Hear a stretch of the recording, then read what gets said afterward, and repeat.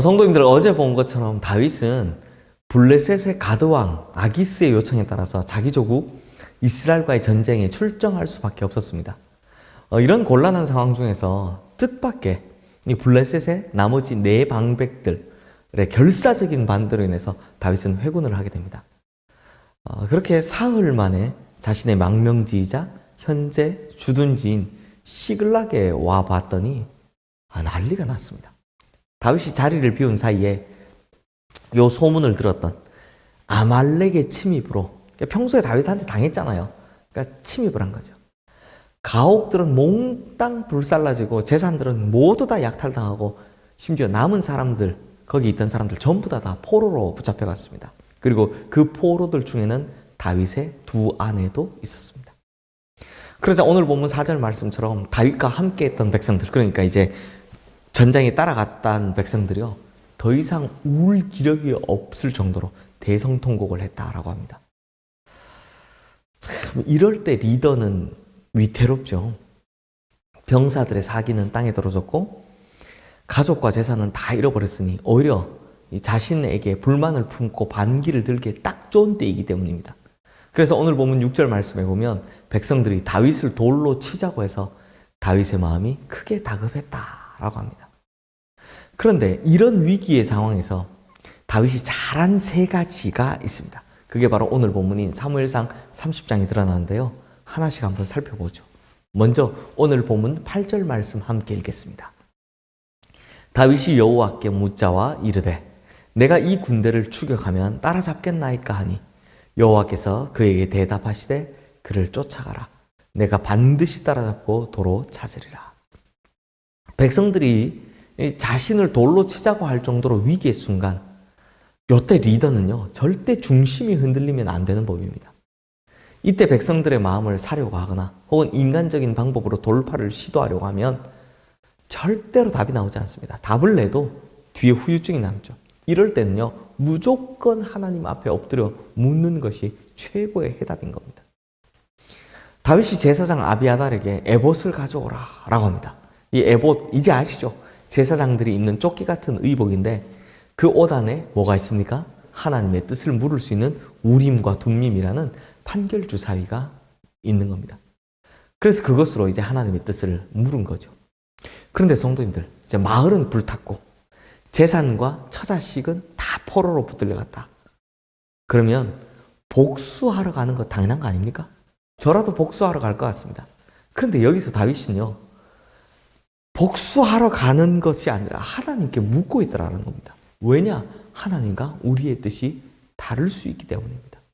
하나님의 생각과 우리의 생각이 다를 수 있기 때문에 확인하는 겁니다.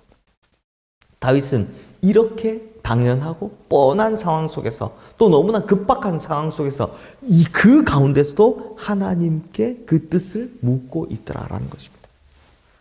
성도님들, 결국 신앙은 내 힘으로 살래? 아니면 하나님 힘으로 살래? 이걸 끊임없이 질문하는 것이 신앙입니다. 그러므로 우리 성도님들, 이걸 절대 잊지 마시기를 바랍니다. 자, 두 번째로 다윗이 잘한 것은 그 급박한 상황 속에서도 지극히 작은 자 하나에게 관심을 두었다라는 것입니다. 오늘 보면 11절에서 13절 말씀을 보면 다윗은 뜻하지 않게 들에서 다 죽어가던 소년 하나를 만나게 됩니다. 지금 막 추격을 해야 하니까 바쁘고 급한데 3일 차이가 나잖아요. 얼마나 급하겠습니까? 그런데 그 소년을 만나자 이 소년에게 떡과 물을 먹이고 추슬러 정신을 차리게 합니다. 알고 봤더니 이 소년 애굽 출신의 소년인데요. 아말렉 사람의 종으로 팔려가서 아말렉 사람에게 종살이를 하던 중에 병이 들어 지금 주인에게 버림을 받았다는 겁니다. 가만히 놔두면 그냥 죽을 소년인데 다윗이 지금 이 급박한 순간 속에서도 그 죽어가는 소년을 챙겨주었다는 것입니다.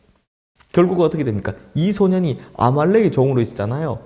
그래서 다윗을 아말렉 군대에 있는 곳으로 인도해 줌으로 그 은혜를 갚게 되는 겁니다.